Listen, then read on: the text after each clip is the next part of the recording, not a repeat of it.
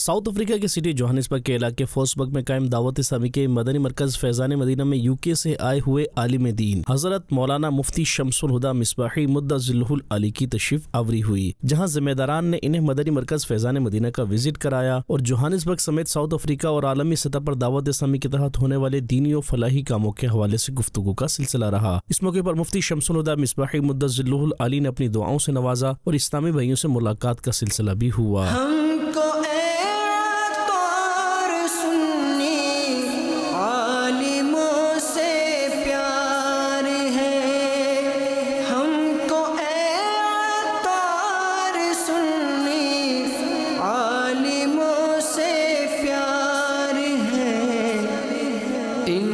انشاءاللہ دو جہاں میں اپنا بیڑا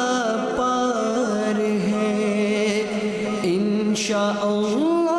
دو جہاں میں اپنا بیڑا